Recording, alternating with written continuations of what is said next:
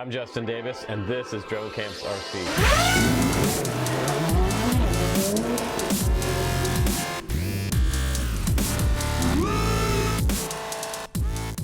This quad is crazy. This is a micro brushless running 6S on board and 6S rated motors from HGLRC. It's the HGLRC Parrot 132. Super beastie, tough, 132 millimeter wheelbase with a 16x16 flight controller mount, 2.5 millimeter unibody on the bottom, and we have a pretty nice 16x16 stack. I've got my XM Plus up top. We have a 400 milliwatt VTX on board, which is great with smart audio, and we have the FD411 flight controller. We have 13 amp ESCs, and they're capable of 3 to 6S on there. It also has BLS firmware on there. We have pretty good dampening as well. Looks like a nice dampened stack. And in the very back here, we have the capacitor, which should clean up your video quite a bit with that high voltage. And we have the Cadex Turbo EOS 2 camera on board. It's not, again, my favorite choice camera, but it is well protected. Looks like that TPU mount is doing its job all the way around. A little bit of exposure in the front, but not bad. Over top, we have that super durable canopy. I've seen this style before. It has 3 attachment points. You've got your mounts in the back and the fin, and here's where your antenna posts come out, as well as your dipole for your 400 milliwatt VTX. And we have running today Gemfan 3-inch 3025 props, and these are bi-blade props. Do not run tri-blade props on this setup.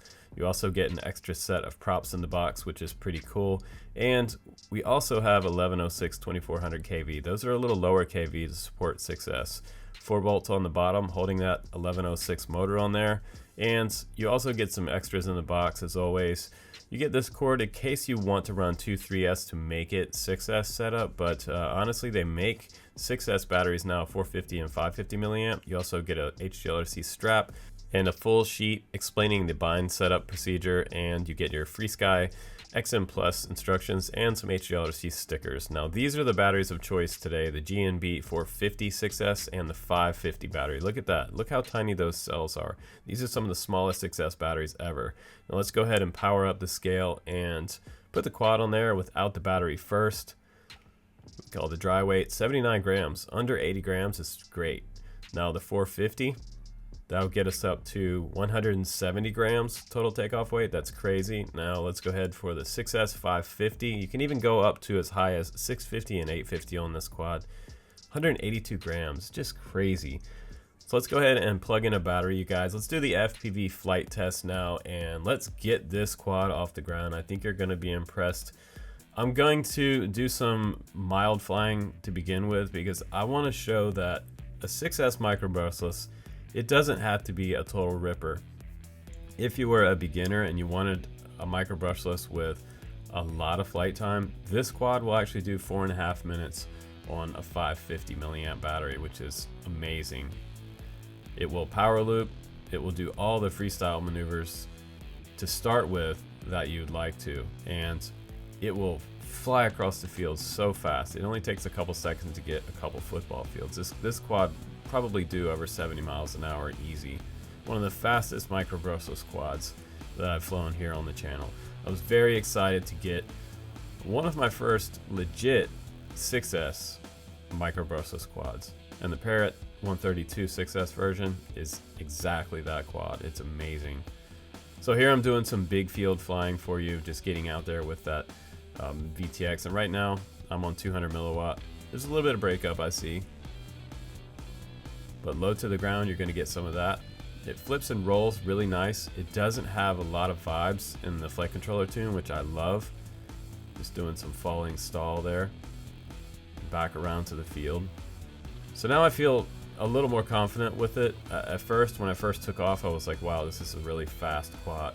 And a lot of times I get a little bit crazy with the throttle when I first start out on something that has all this power, and it's like a 10-to-1 power weight ratio on this quad, so I could tend to do crazy things and crash on the first battery. So wanted to take it easy there for you, and now we're gonna plug in another battery here, and this was so cool that I was able to get 4.5 minutes and getting in there a little tighter now, and just kind of feeling out the snap and roll ratio is really nice. It's fast, it doesn't over rotate, which is great.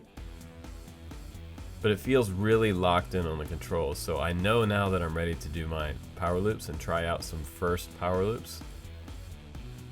Those two trees, you guys see me power loop all the time. Plenty of power coming back out. That's just insane. Look at how fast this quad is. You'd have to fly this quad really to feel how fast it can go. The 10-to-1 power ratio is just crazy. Again, getting a little faster between those trees there for a little bit of slalom. Not a whole lot of float around this tree.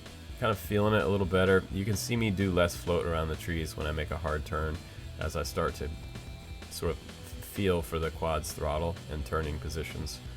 So I'm going to go back for one more loop here.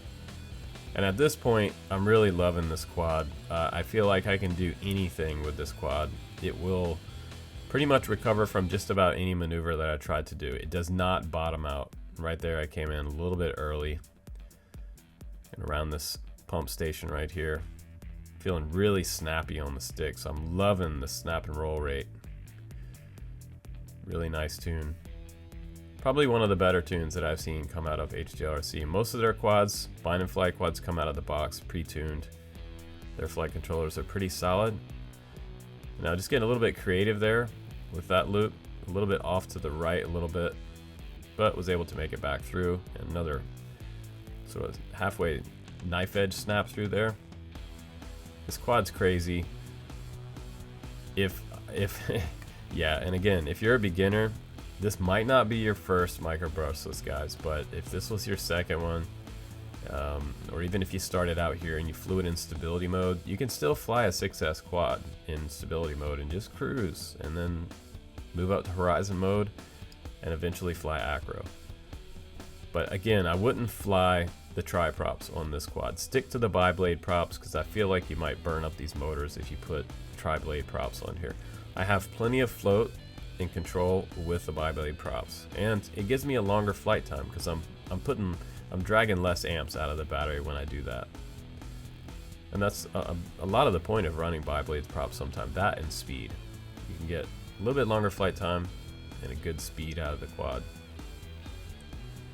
Plenty of punch out on this quad though. I'm pretty impressed with the punch out, and since I'm running the 6S on here, it just rips across the field. I have the XM Plus on there as well, and I've got plenty of reception and range. Got a full range micro receiver, a little bit of a stall there and back around. And it's a little bit overcast today. The EOS 2 will do better in the normal light conditions, like your California sunny days, but this is a dark, cloudy Oregon day, and this camera is still giving me enough to be able to see what I'm doing for this power loops. 2 power loops around those trees. A really close in one right here, super close in. Loving that. The snap rate on this is crazy. Back around. So much fun to fly this quad. This is the biggest thing about this quad, is the fun factor is easy 5 out of 5.